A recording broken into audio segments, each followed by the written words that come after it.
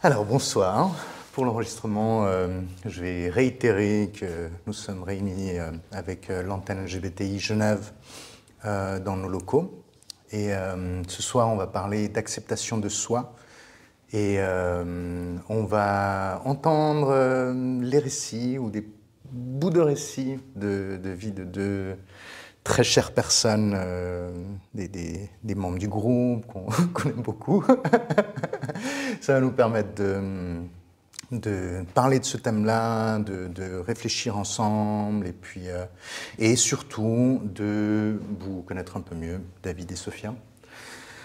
Donc on va commencer, moi je m'appelle David Demartin, et je vais commencer par poser quelques questions à mon ami David. Donc c'est un autre David, et puis après je poserai les mêmes questions à Sophia, comme ça on aura un peu un tableau, une certaine symétrie. Alors, cher David,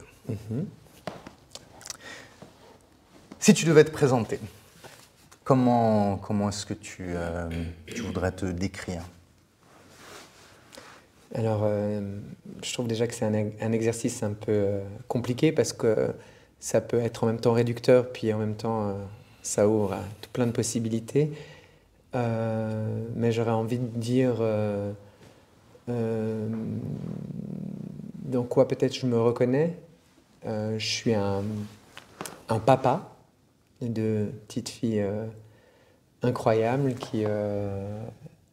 Puis des fois, je me sens aussi un peu maman. Je dirais que je suis marié, que je suis enseignant, il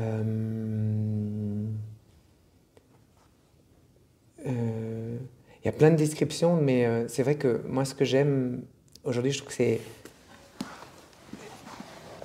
c'est que il y a une sorte de fluidité que j'ai l'impression qu'il n'y avait pas lorsque j'étais plus jeune pour pouvoir justement se décrire.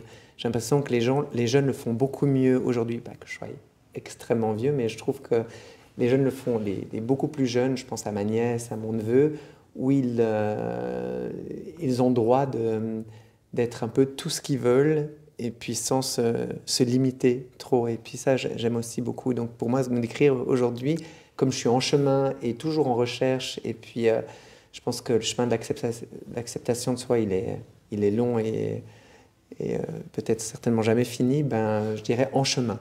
En chemin. Ouais. Donc, je retiens fluide, en chemin. Tu étais marié? Ouais, donc je suis marié avec Luis, qui est espagnol, et puis on fait un drôle de couple ensemble. Et mais c'est vrai que, par exemple, je me définis comme un homme, donc homosexuel cisgenre, si on doit mettre des termes. Mais c'est vrai que aussi, c'est étrange parce qu'on a fait un cours dernièrement, plus avec Sophia, mais c'est vrai que des fois, si par exemple on ne se sent pas, ou on ne pense pas être une personne qui est en transition ou quelque chose, moi, de dire que des fois je me sentais maman, j'avais peur de offenser quelqu'un ou d'être... je voulais pas, parce qu'il y a ce statut-là, manquer. Mais c'est des fois dans mon cœur et de la manière, même si j'ai l'impression d'être bien dans mon corps et de ne pas avoir... mais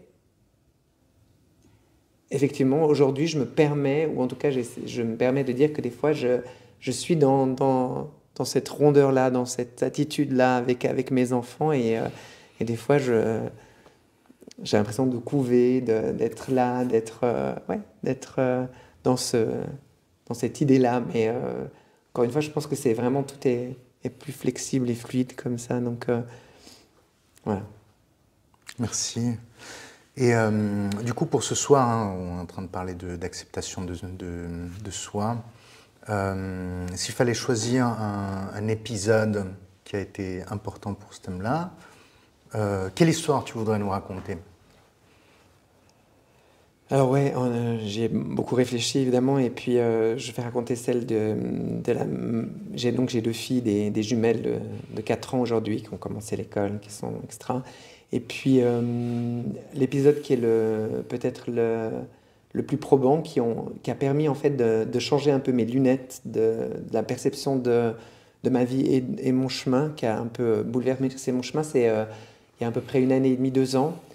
J'ai eu une de mes filles, qui était assez malade régulièrement jusqu'à ce qu'on ait dû l'opérer. On a fait régulièrement des allers-retours à l'hôpital et puis Elle avait quel âge? C'est pas elle indiscret. avait 2 ans, 2 ans et demi, ouais, 2 ans. Mm. Ça a duré pendant 1 année et demie à peu près, tous ces retours. Cette maladie, elle était toutes les 3 semaines, elle avait 42 fièvres. On a découvert qu'elle avait un syndrome, au final, bon, au début, on ne savait pas ce que c'était. Donc, évidemment, en tant que parent, jeune parent, et puis, évidemment, on s'est fait plein de films. Et puis, au début, je me rappelle que, donc, moi, je me considère aussi comme croyant. Croyant en quelque chose de plus fort, ou en tout cas qui serait là. Alors c'est vrai que c'est difficile pour moi d'être très précis par rapport à ce que je crois et comment je crois, parce que c'est aussi en chemin et c'est toujours j'ai dû tellement déconstruire, parce que j'étais dans une église un peu plus conservatrice qui m'a donné quand même des schémas très rigoureux et rigides dans lesquels je me suis pas reconnu et qui m'excluaient. Et puis c'est vrai que maintenant j'ai dû réapprendre en fait à m'approprier ce que ça veut dire, voilà, de croire, ou en tout cas de faire confiance. Et là c'était hyper intéressant cet épisode dans ma vie, parce que effectivement ça m'a énormément ébranlé, parce que j'étais dans une logique où je pensais que si on était gentil, sage, bon, au final on s'en sortirait toujours un peu, ou que Dieu enfin, il n'y aurait pas forcément quelque chose qui nous atteindrait en plein cœur. Et là, la maladie de ma fille et le fait de potentiellement imaginer pouvoir la perdre, ça m'a mis à terre en fait, parce que je me demandais, mais en fait, est-ce que Dieu est sadique ? Parce que pourquoi te donner des enfants et te les reprendre ensuite? Est-ce que c'est ce qui doit arriver? Est-ce que c'est dû à tout ce questionnement que j'avais autour de mon orientation? Enfin, il y a pas mal de choses qui sont venues percuter mes croyances, ma manière de faire, ma manière de croire. Et ça a été vraiment un moment donné où j'ai été réellement ébranlé. Et puis j'ai énormément commencé à rechercher autour de tout ça, et puis à essayer de comprendre ce qui se passait, et puis pour pouvoir trouver quelque chose qui me guiderait, qui m'énerverait, parce que c'était plus possible en fait de penser comme ça. J'étais vraiment dans ces... Donc comment est-ce que... Cela par exemple, tu as brièvement mentionné qu'il y avait peut-être un rapport avec cette histoire d'orientation. Qu'est-ce que ça venait jouer comme rôle dans cette crise en fait, où ta fille était à l'hôpital, elle n'était pas bien, tu t'es complètement ébranlé par rapport à ça. Que venait faire cette histoire d'orientation là-dedans? Mais pendant longtemps, hein, j'ai entendu là où j'allais que, enfin voilà, l'homosexualité c'était un péché, que c'était condamné, que c'était condamnable, il y avait quelque chose de très dur là-dedans. Donc dans l'enseignement que je suivais, alors que moi j'étais en secret dans mon cœur, je voyais bien que je correspondais pas du tout aux critères ou à ce qu'on attendait de moi dans cette église. Donc ça, c'était quand on a entendu ça pendant des dizaines d'années. Je pense que quand on sort de là, on doit être déprogrammé, et puis pouvoir justement faire tout un chemin vers une acceptation de soi-même. Ouais. Et c'est vrai que ce qui arrivait, cet événement-là, c'était comme une sorte de... Je l'interprétais comme une sorte de peut-être punition de la part de Dieu, ou comme une sorte de châtiment, ou le fait de... Voilà, j'ai voulu me marier avec un homme, avoir des enfants, avoir créé... et entrer dans ma vie. Et puis je me suis dit, mais alors c'était peut-être pas légitime de le faire, c'était peut-être Dieu est contre moi, et Dieu punit. Ou encore pire, il punit ma fille à cause de moi. Ouais. Et en fait, c'était pas possible. Moi, il y a un moment donné où je me suis dit, mais stop, en fait. Tu peux pas continuer, ou alors laisse tomber Dieu, vraiment, mais tu peux pas continuer à croire en un Dieu. Mais enfin, je veux dire, enfin, ça a pas de sens. Mm. Ça a pas de sens, en fait. C'est pas. On prône des valeurs d'amour, des choses comme ça, et toi, tu es dans un système de pensée qui est vraiment. En fait, c'est horrible. C'est juste pas possible. Et puis, mais je savais pas par quel bout entrer ou quoi faire en fait avec ce que j'avais dans mes mains parce que. Et puis. Mais excuse-moi, il y a eu un déclic, il y a un moment où tu t'es dit, ça va plus, il faut changer quelque chose. Comment est-ce que ça s'est donné? Bah, c'était vraiment ça, c'était de dire, moi, en fait, je veux plus croire ça et je veux plus entrer dans ce réseau. C'est tellement néfaste et destructeur Mm. que je ne peux plus continuer avec ce genre de raisonnement. En fait, ça ne m'élève pas, ça fait que me pousser vers le bas. Et puis, j'ai commencé à lire des bouquins. Bon, je me suis beaucoup questionné, j'avais des amis bienveillants autour de moi qui ont pu m'orienter. J'ai lu un livre qui s'appelle L'autre Dieu, qui raconte le parcours d'une femme qui a eu aussi un enfant qui était extrêmement malade et avec qui elle a dû faire face à ça. Et puis, je me suis dit, mais en fait, avec Dieu, enfin, ce que j'ai pu voir, c'est qu'il n'y a pas de contrat, en fait. Peu importe, s'il y a un passage qui dit la pluie, elle tombe sur les bons comme les méchants. Enfin, de toute façon, je ne suis pas sûr que on soit bons ou méchants, mais que vraiment les catastrophes, les coups durs, les choses de la vie, elles arrivent. Et puis, à toi de voir comment t'es équipé, mais de toute façon, tu peux pas éviter un drame ou tu peux pas éviter. Il y a des choses qui se passent. Et puis, c'est cruel, mais moi, ce que j'ai pu retenir de ça, c'est que la seule chose qui me reste, c'est. Voilà, j'ai une fille, je vais en profiter un maximum, le temps qui me sera donné d'en profiter, en fait. Et c'est la seule chose que je peux me dire, c'est qu'à un moment donné, qu'est-ce que je peux prendre à la vie ou qu'est-ce que je peux garder pour moi, en fait. Et de pouvoir... et ça a créé une sorte de... Ça a changé vraiment ces lunettes que j'avais sur la tête. C'était plutôt de me réjouir de ce que j'ai déjà et puis d'être plus là maintenant. Parce qu'il va de toute façon arriver des choses. Et puis là, maintenant, on a une enfant qui a été opérée, qui va beaucoup mieux, depuis une année, on est soulagé. Et puis elle a plus ses pics de fièvre toutes les 3 semaines. On ne va pas lui donner de la cortisone, des antibiotiques tout le temps. Enfin, elle était totalement...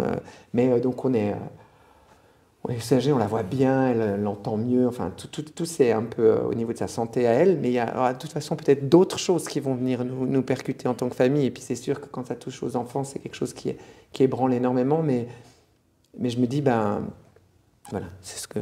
Donc ce qui a changé, donc si j'essaie de résumer un petit peu, il y a eu un moment où tu étais complètement ébranlé par cette maladie de ta fille, tu disais voilà, Dieu me punit ou il y a quelque chose comme ça. À un moment donné, t'en as eu marre et tu as décidé de prendre tout ce qu'il y avait de bon et qui était disponible pour toi. Ouais, ça a été sur une grande période. J'ai vraiment aussi eu pas mal de recherches. J'ai fait l'AOT aussi, c'est l'atelier œcuménique de théologie, pour voir un peu ce que je pouvais comprendre. Enfin, j'ai été questionné. Ce Dieu, j'ai lu énormément. J'ai essayé de vraiment mais c'était vraiment, pour moi, c'était long. J'aurais aimé avoir la réponse tout de suite. Là, ça fait punk, mais c'était pas si évident que ça. Et je pense que je suis encore dans un questionnement et je suis encore en chemin maintenant parce que c'est pas si facile. Mais je pense que c'est comme si je me disciplinais ou j'essayais d'avoir une autre hygiène de vie dans le sens où déjà j'essaie de me calmer, respirer et puis de me dire ok, maintenant là, aussi de prendre un jour après l'autre. Aujourd'hui, c'est ici, maintenant, on est là. Et puis, qu'est-ce que je fais? Je profite. J'ai mes filles à côté de moi, j'ai mon mari, et puis... Donc, si je peux me permettre de t'interrompre, du coup, il y a beaucoup de choses. Hein. Il y a la OT, il y a des bouquins, il y a tout ce... Ouais, il y a beaucoup de choses qui se passent. Les rencontres avec l'antenne, les amis, Ouais. Et puis, est-ce que si tu devais attribuer le changement à une chose, comme ça, tu dirais quoi? C'est une super question.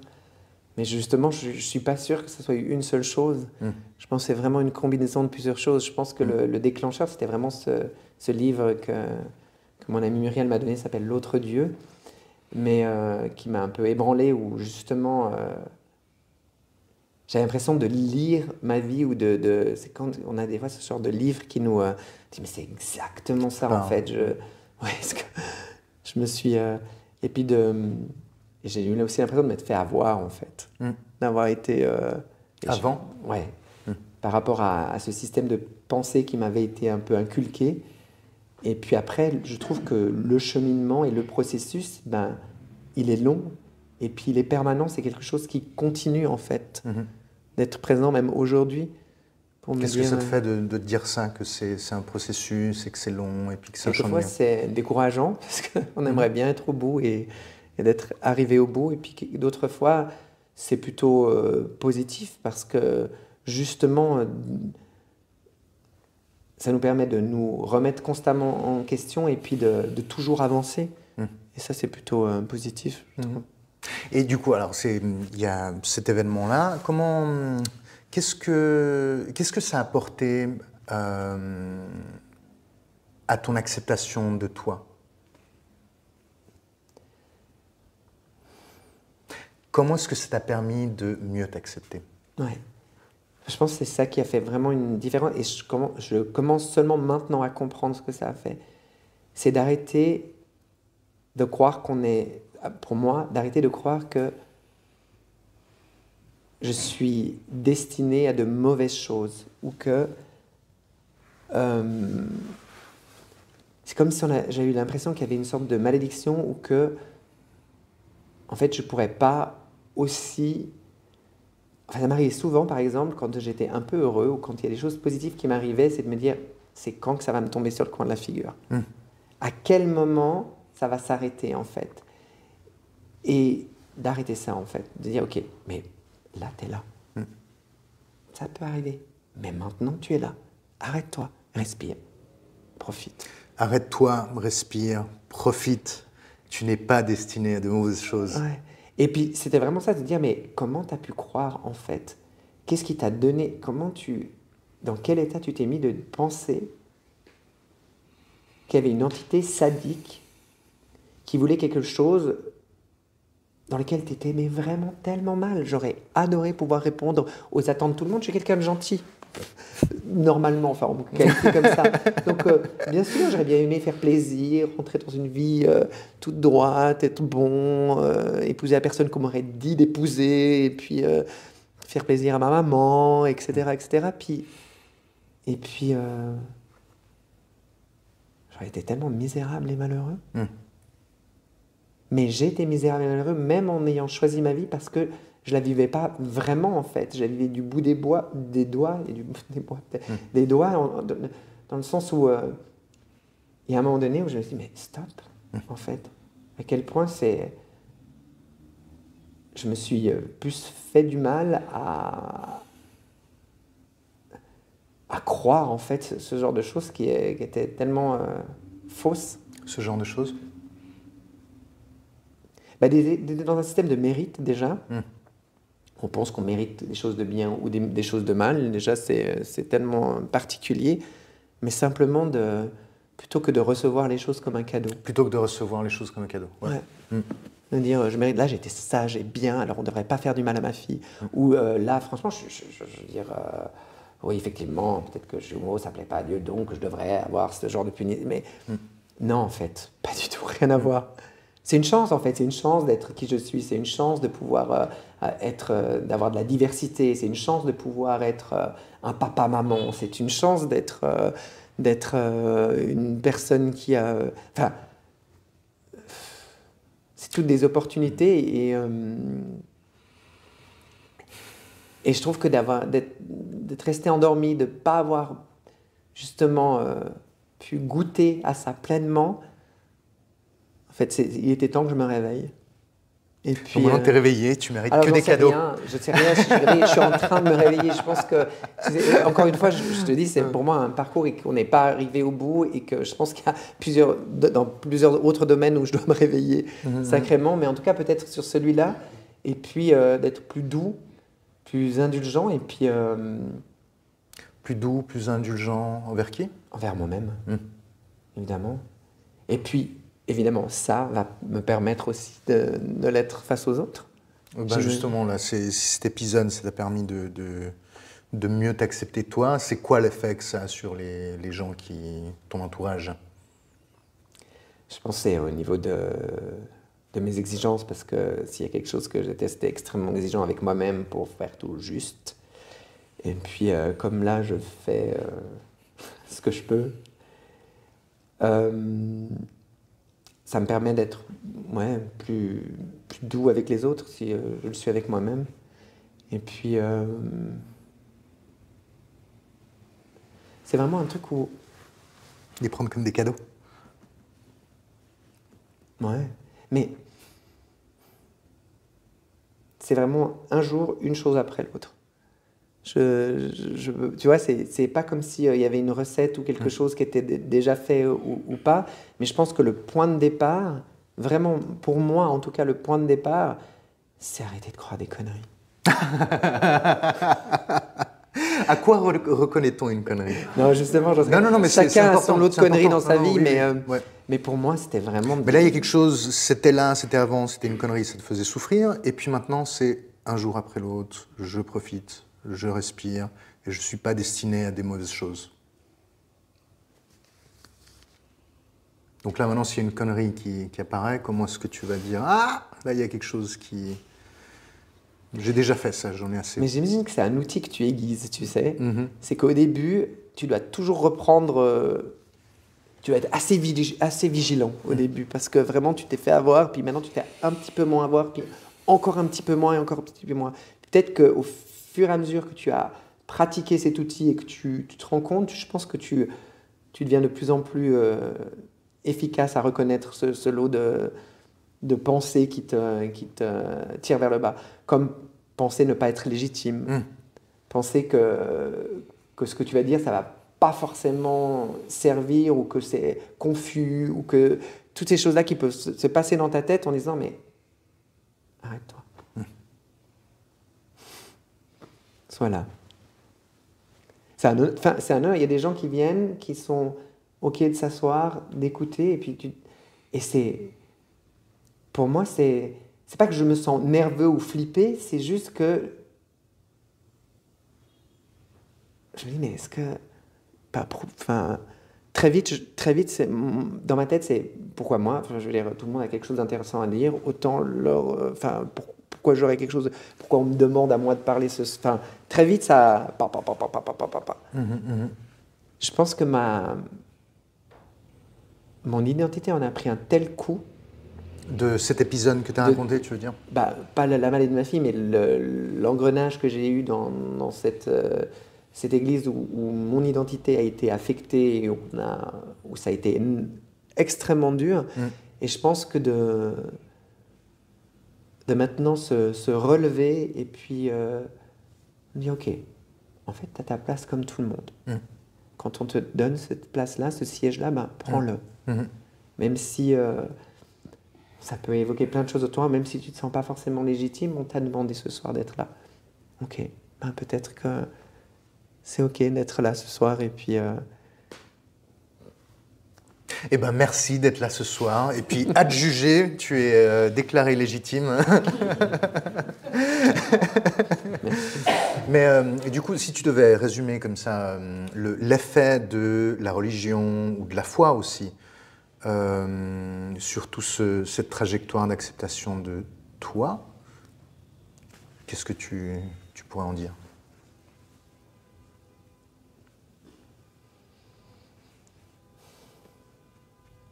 C'est drôle parce que je dirais que avant, il y avait beaucoup de choses que j'avais l'impression de savoir. Et maintenant, il y a beaucoup de choses que j'ai l'impression de ne pas savoir. Et Mais c'est OK d'avancer et de ne pas savoir. C'est OK d'accepter ça, c'est OK. Le doute, c'est OK parce qu'on en a beaucoup parlé avec Adrien, mais c'est vrai que c'est OK. C'est quoi le bénéfice d'accepter de ne pas savoir?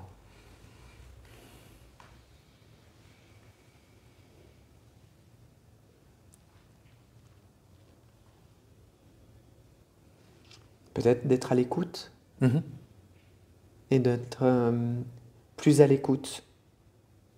Plus à l'écoute. De ce qui se passe.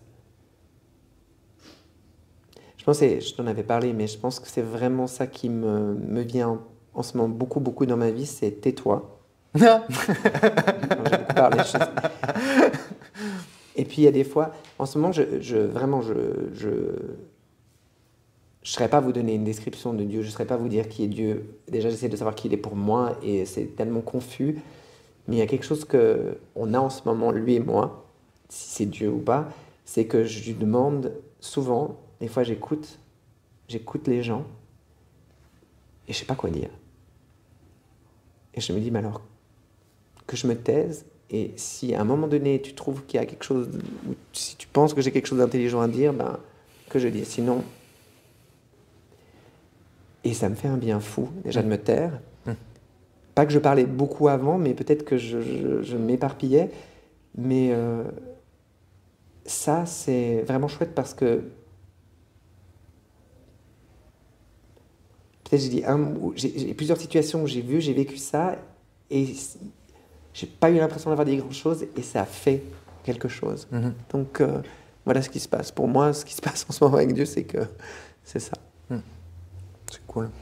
Et si, du coup, étant donné qu'on est tous en cheminement, quel mot d'encouragement tu voudrais apporter à quelqu'un qui est sur le chemin aussi de l'acceptation de soi?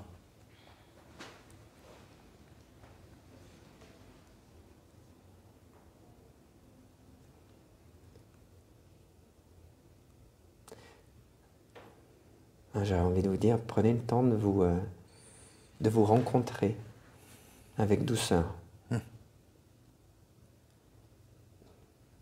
Parce qu'au final, vraiment, vous risquez d'être surpris. Surpris en bien? Ouais, vraiment. Des fois, c'est étonnant. Qu'est-ce qui te surprend, David? Bah ouais, d'un coup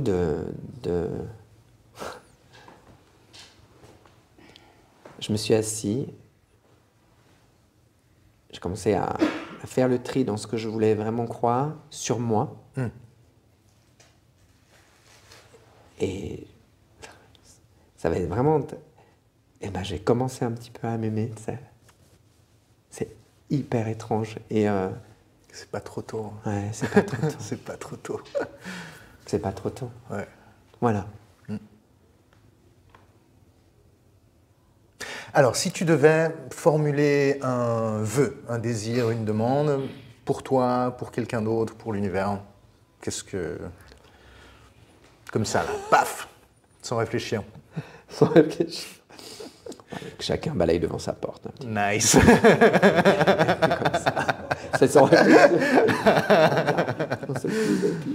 On va tous y arriver, sûr. Ouais. Merci beaucoup, Merci David, pour avoir partagé une part de toi, un morceau de vie comme ça. Merci à toi. Ouais. Et puis, on peut l'applaudir. Hein. Merci de l'applaudir.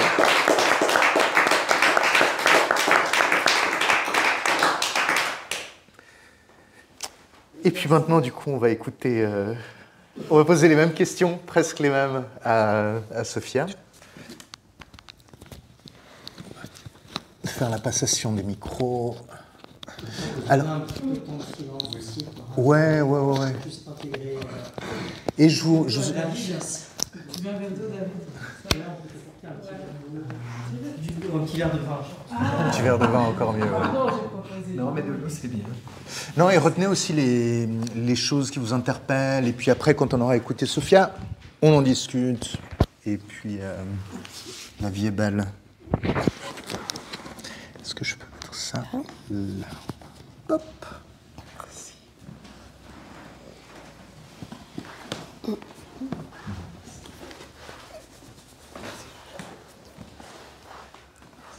Alors, comment on est là? Alors, chère Sophia, comment est-ce que tu te sens? Ça va. Je suis prête. J'ai un peu le cœur qui bat. Mais je sais que je suis bien entourée. Donc. Ouais. Ouais, merci en tout cas, merci beaucoup d'accepter de nous parler, de nous raconter quelque chose d'important. Et c'est important pour toi, c'est important pour nous. Alors du coup, comme pour David, si ce soir tu devais te présenter, te décrire, qu'est-ce que tu voudrais dire? Alors, je suis Sophia, je suis une maman. Et si je devais trouver un adjectif, je dirais résiliente. Résiliente? Et aussi militante. Militante. Oui. Parce que j'ai dû fermer ma bouche trop longtemps pour finalement l'ouvrir et faire entendre ma voix, même si elle est toute douce, mais elle existe, elle est là. Oui, oui. Et sinon, je suis aussi travailleuse sociale et aux études. Et aux études. Et, ça fait beaucoup de choses. Et je m'engage dans différentes causes qui m'importent énormément. Et qui m'apportent aussi beaucoup. Donc, voilà. Enchantée, Sophia. Est-ce qu'il y a quelque chose d'autre que tu voudrais dire pour te présenter? Oui, et comme je me suis promis de faire entendre ma voix, je suis bisexuelle et je veux que tout le monde le sache. Yeah. Alors, si puisque le thème de ce soir, c'est l'acceptation de soi, quel épisode de ta vie tu peux nous raconter? Alors, ce qui me vient en tête, j'ai 3 épisodes différents. Oui. Voire 4, mais il y a 2 qui sont liés. Mais j'ai mis du temps à m'accepter, déjà à comprendre que je suis bisexuelle, tout simplement parce que je n'ai pas grandi avec les représentations. Avec les représentations de personnes bisexuelles dans Ah mon d'accord, ouais. entourage. Avec des exemples comme ça. Exactement. Et je viens d'un pays où l'homosexualité n'est pas non plus acceptée. Et du coup, j'ai grandi avec ce besoin de... Enfin, je reconnaissais cette injustice. Et du coup, ce besoin de me battre pour tout le monde, pour les autres, pour que ce soit... Enfin, parce que pour moi, c'était pas OK, en fait, de voir qu'un ami qui était homosexuel, il était rejeté, ou mon cousin. Et du coup, je me battais pour mon cousin, je me battais pour mon ami, ou je me battais pour tout le monde, en fait. Dans ton enfance. Et même en étant adulte. Oui, c'est comme ça que ton militantisme a commencé. Finalement, me reconnaître, enfin, accepter qu'en fait, si j'ai voulu me battre pour les autres, et j'ai commencé par les autres, c'est parce que je me reconnaissais dans leur identité ou dans leur orientation et dans leur différence, en fait, de cette société qui veut qu'on soit tous des robots. Et du coup, à ce moment-là, avec ton cousin, avec un ami aussi, Oui. C'était quoi ce que tu voulais leur communiquer déjà à l'époque? Qu'est-ce que tu voulais faire pour eux? Bah déjà, je voulais que mon cousin il soit accepté. Ouais. Je voulais qu'il soit accepté par ma famille, par sa maman, par ma maman. Je voulais que personne dise du mal de lui. Et même en étant adulte, je me souviens, il n'y a pas si longtemps, il y a à peine 2 ans, parce qu'il s'est marié il y a une année. Il y a 2 ans, j'ai écrit une lettre de 3 pages à son frère parce que j'étais vraiment fâchée de comment son frère a réagi par rapport à ses fiançailles. Et sauf qu'à ce moment-là, j'avais pas encore eu le courage de sauter le pas et de dire en fait moi aussi je suis concernée. Et justement je me suis engagée. Par exemple, j'étais d'abord bénévole pour le mariage pour Tuxt. Et du coup, je me souviens au début, je disais à une des personnes, en fait, je suis alliée. Mais au fond de moi, j'espérais, à chaque fois que j'y allais, j'espérais que quelqu'un remarque que je ne suis pas que alliée, en fait.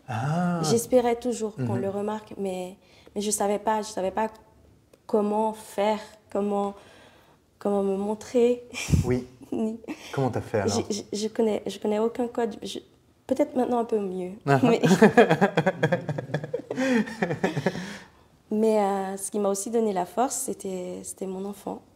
En fait, il a fait son coming out. Puis moi, mes enfants, ils ont toujours eu l'espace d'être qui ils sont. Et moi, je me suis toujours dit, en tant que maman, j'allais toujours donner à mes enfants la chance que je n'ai jamais eue. Oui. Mais jusque-là, j'avais pas encore pris le temps de m'écouter, de dire, en fait, tu es toi et tu es... Jusqu'au coming out Jusqu'au de coming ton out enfant. de mon enfant. Et là, quand il a fait son coming out, et moi, j'étais tellement fière. Fière, oui. Waouh, et tout, c'est genre... Après, on passe à quoi? C'est quoi la suite et tout? J'étais hyper excitée.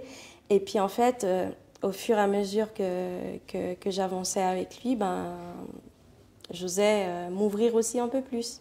Lui dire que moi aussi, je partage un peu la même cause que toi. Donc, tu as commencé à me partager avec ton lui, enfant? oui, je lui ai dit. Donc, c'est avec lui, Yel? Avec Yel, je lui ai dit. Et forcément, Yel était très content. Donc, du coup... Puis toi, ça t'a fait quoi de commencer à te montrer?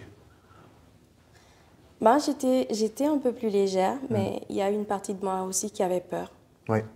Peur de comment ma famille allait le prendre. Parce que notamment, par exemple, quand j'ai fait mon premier coming out officiel à mon cousin, par exemple, que je pensais qu'il allait me comprendre. Et il m'a dit, mais non, tu vis avec un homme, t'aimes pas les femmes. Et puis je dis, mais c'est pas ça. Et quand j'en ai parlé à ma sœur, qui me dit, mais non, t'inquiète, c'est une phase, c'est parce que t'es trop déçu des hommes. Tu verras, quand ça ira mieux, tu te sentiras bien. Puis, ça va te passer. Non, c'est pas ce que j'ai envie de te dire. Ou alors, je me souviens aussi, le premier jour où j'ai vraiment embrassé cette partie-là de moi-même, c'était à la Pride en 2021. Donc, ça a eu lieu en septembre, juste avant le mariage pour Tuxt. Et puis là, j'ai vu des gens. J'étais tellement heureuse de voir ces personnes. Et je ressentais des choses que je m'étais jamais permise de ressentir avant. Et j'étais tellement contente. Et je me souviens, j'ai appelé ma psychologue. Je lui ai dit, je sais pas, mais je crois que je suis pas hétéra. Et elle me dit, mais pourquoi vous dites ça? Et puis je lui explique.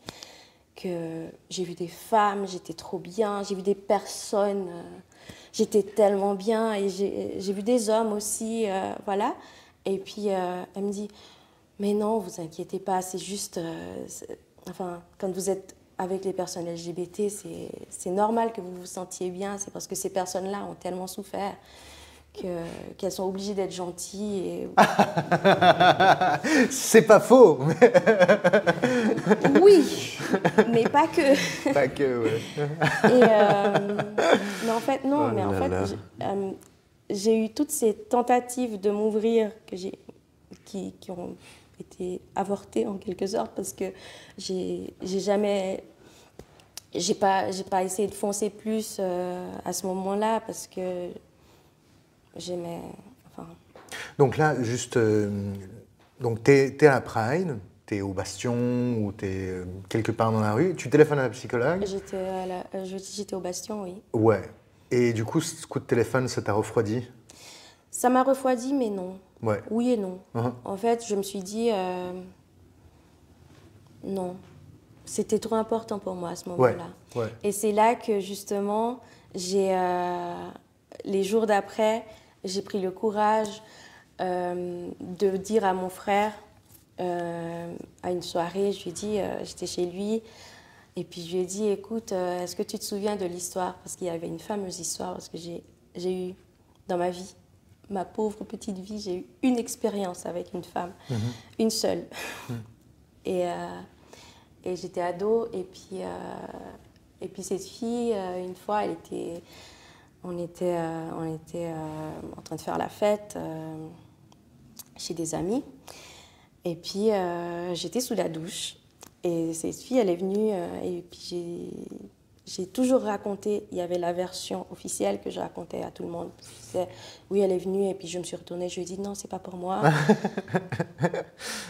Et puis, la vraie version, ce jour-là, j'ai eu le courage d'annoncer la vraie version à mon frère. Et puis, je lui ai dit, en fait, oui, je voulais te dire que ça m'a marqué et que c'était important pour moi de te dire la vérité sur ce point-là. C'est la première fois que tu le racontais? Oui. Mon frère, lui, il a pas mal réagi. Lui, c'est le nounours de la famille. On adore. Et qu'est-ce que ça t'a fait, le fait d'être bien reçu par ton frère? Ça m'a fait du bien. Mine de rien, ça m'a fait du bien. Mais je sais aussi que j'attends toujours un peu d'acceptation de la part de ma maman, par exemple. De ta maman. Que je ne l'aurais pas. Mais je continue à vivre. Et je continue à me battre.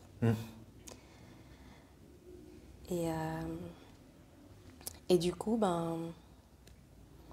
comme je veux faire entendre ma voix, je veux pas passer inaperçue, après... et je veux aussi me faire reconnaître par ma communauté. Du coup, j'essaie de chercher des codes, même si ça reste des clichés, hein, on s'entend. Donc, du coup, je suis allée me couper les cheveux. Et à ce moment-là, l'homme avec qui je vis, il me dit ouais, tu ressembles à un gars. C'est pas grave. Et au travail aussi, j'ai eu des formes de rejet. Mais ça m'a pas refroidi. Là, c'est ma part de Sophia militante qui a pris le dessus. Et du coup, j'ai joué le jeu de tu seras toi-même et basta. Qu'on t'aime ou qu'on t'aime pas, c'est pas grave. Et du coup, j'ai investi dans des magnifiques chaussettes, comme vous voyez là. Et c'est pas la seule paire que j'ai. Donc, ça dépend de l'endroit où je vais. Donc, je vais porter mes chaussettes porte-bonheur qui en même temps annoncent la couleur et en même temps me font du bien à moi. Oui. Donc, dans tout on a fait un long parcours. Qu'est-ce qu'il y a d'important là pour t'accepter toi-même? Pour m'accepter moi-même, En fait, comme j'ai dit avant, j'ai d'abord commencé par accepter les autres, enfin, à pas accepter. J'ai toujours accepté les autres, en fait. J'ai toujours aimé tout le monde. Même J'ai militer un pour grand eux. cœur. Je suis Sophia Amour. Ouais, donc qu'est-ce qu'il lui fallait à Sophia Amour pour s'accepter? Ben, Sophia Amour, pour elle-même, déjà, m'écouter, prendre le temps de me dire, en fait, tu existes, tu es là, tu es présente. Donc, ben, j'ai eu aussi à traverser des périodes compliquées où j'ai fait une dépression parce que j'ai passé beaucoup de temps à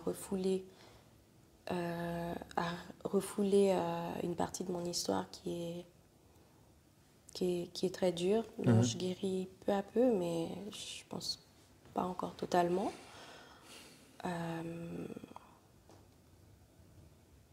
Je pensais pas que j'allais venir dessus. Ouais.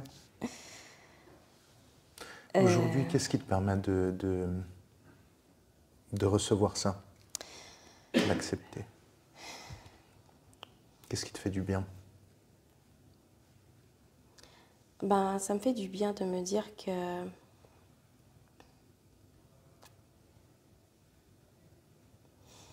je peux oser.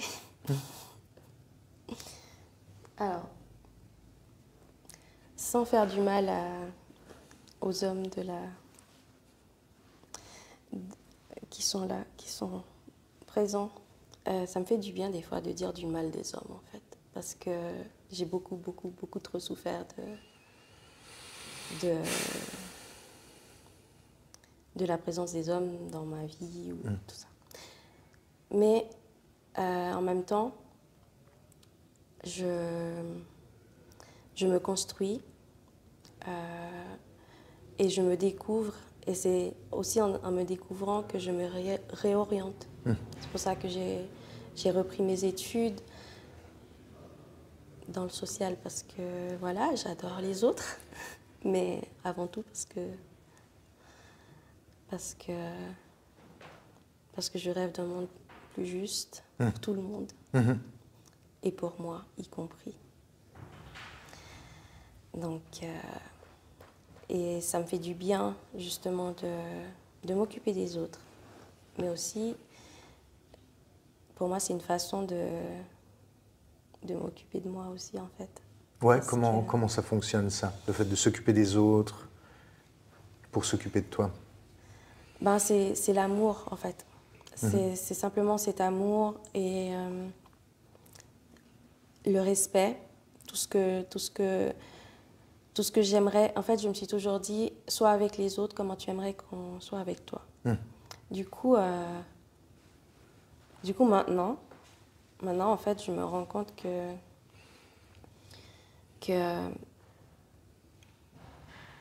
je m'en fous. Enfin, je dépasse un peu cet aspect de soit avec les autres comment tu aimerais qu'on soit avec toi, parce que pour moi, tout le monde mérite d'être respecté, d'être aimé. Et c'est pas parce que j'aimerais qu'on soit comme ça avec moi que je dois être comme ça avec les autres. C'est comme ça, point. Et moi y compris. Donc, et c'est ce chemin de me dire que, en fait, il y a cet effet miroir où je me retrouvais dans les autres, où je me retrouve dans les autres, qui m'aide aussi à m'accepter, qui me dit en fait, ben, tu t'es pas trompé en fait, tu t'es pas trompé en commençant par les autres, parce que vu que tu n'avais pas d'exemple de comment te retrouver toi, en fait, tu as su retrouver dans les autres toi-même, simplement. Est-ce qu'on peut dire que tu as construit ton propre exemple? Mais clairement, clairement, et je me suis construite aussi. Et est-ce que tu veux nous redécrire cette Sophia exemplaire? Exemplaire. Ouais, Sophia idéale comme ça, Rien qui que te Sophia fait du bien. idéale. Ouais. c'est Sophia Amour, en fait. Sophia Amour, mais aussi amour d'elle-même. Et Sophia qui se découvre aussi, qui accepte, qui se déconstruit de plein de choses et qui accepte de s'aimer. Ça passe par plein de chemins, hein. Me regarder dans un miroir, me dire des choses gentilles, ou me concentrer sur une seule partie de mon corps pour me dire tu es belle, ou tu es là, ou tu es forte, parce que je pense, j'ai beaucoup longtemps cru que ma vie n'était que péripéties, même si je ne suis pas encore sortie de cette croyance. De l'aventure. Parce que honnêtement, comme toi tu disais avant, quand quelque chose de bien arrivait, tu te demandais quand est-ce que ça allait se casser la figure. Moi, c'est l'inverse. C'est quand que je vais enfin m'asseoir et respirer. Ça a toujours été ça.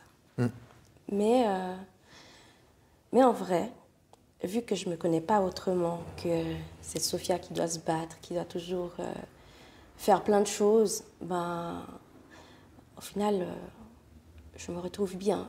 Sinon, je m'ennuierais, je pense. Si j'avais pas 1000 chemins à courir à la fois, si je devais pas poser mon fils à l'école, vite aller en cours, vite aller au travail, vite faire ci, et puis je m'ennuierais. Ouais. Puis Sophia, dans la religion, d'où ça, qu'est-ce que c'est venu faire? Alors, Sophia, dans la religion, est en train de se réconcilier avec la religion. Et honnêtement, ça fait pas très longtemps, et c'est grâce à vous, et je dois le reconnaître, et je vous en remercie, l'antenne, parce que je viens aussi d'un endroit où c'était juste pas compatible, les questions LGBT et la religion. Et le jour où je suis arrivée ici et que j'ai vu que c'était possible, déjà rien que le fait d'accepter de venir dans un lieu de culte et me dire je viens dans un lieu de culte, parce que j'avais tout fermé de ce niveau-là, parce que j'avais trop souffert de cette partie-là, de la partie religieuse qui me montrait... En fait, il y avait deux messages. Parce que moi, le message que j'avais compris de la religion, c'était que c'était l'amour infini pour son prochain. Et moi, ce que je recevais des personnes religieuses, c'était tout l'inverse. C'était pas de l'amour, c'était du jugement, c'était du rejet, du mépris et toujours... et tout ce qui m'arrivait dans ma vie aussi, ma mère m'a dit, ben, c'est normal, c'est parce que tu pries pas assez, ou c'est normal, tu as vu tout ce que tu fais, ou des choses comme ça, qu'à un moment donné, je me suis dit, ok, je suis aussi passée par le chemin de pourquoi, si Dieu il est bon, pourquoi je dois vivre tout ça, par me dire aussi, ben, basta, je laisse tomber ce Dieu rapporté par les colonialistes dans mes contrées. Et en fait, au final, maintenant, j'arrive à, en même temps, embrasser cette partie qui, pour moi, est restée intacte, c'est simplement Dieu est amour. Et justement, on est là aussi, on est là pour aimer les autres, pour s'aimer et puis pour partager avec tout le monde. Et cet amour, ce message qui pour moi est complet, en fait. Et qui pour moi est aussi un exemple de vie. S'il faut retenir un message de la religion, ou des religions, d'une religion, c'est l'amour. Et comment est-ce que tu reconnais l'amour de Dieu pour toi dans ta vie? Ben, c'est le courage que j'ai. Le courage que tu as, Ouais. là tu dis ça, c'est Ça, divin. oui. Oui. C'est la force de ne pas lâcher prise. Ouais. Enfin, de ne pas lâcher, de ne pas laisser tomber. Quand je dis lâcher prise, parce que j'apprends aussi à lâcher prise.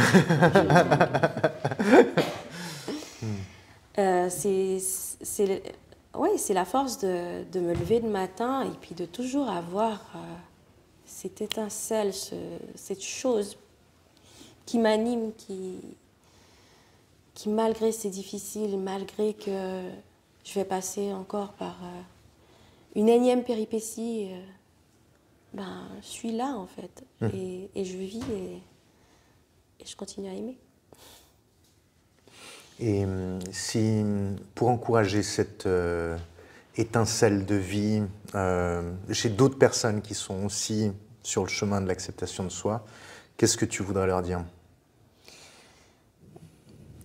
D'apprendre à se poser et de s'écouter réellement, au fond d'elle-même, et de s'aimer. Et une fois qu'on s'écoute et qu'on accepte de s'aimer, on peut avoir encore plus de force de s'ouvrir au monde et puis de montrer aussi toutes les parts qu'on veut laisser voir au monde.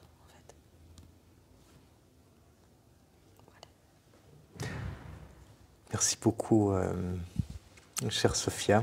Le monde est honoré de tout ce que tu veux bien lui montrer. Et tiens, est-ce qu'il y aurait un vœu que tu aimerais formuler comme ça pour clore l'affaire? Pour toi, pour quelqu'un d'autre?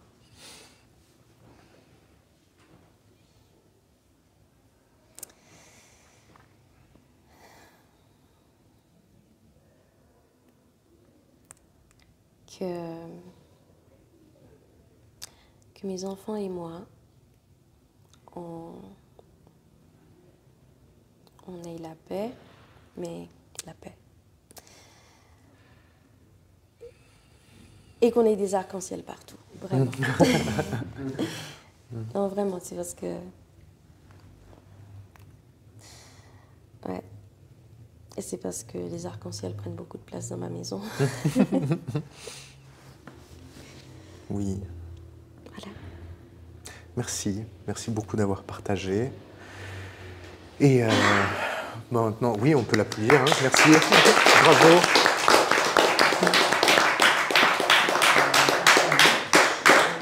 Donc maintenant, on va arrêter l'enregistrement et puis faire une mini pause et puis poser des questions.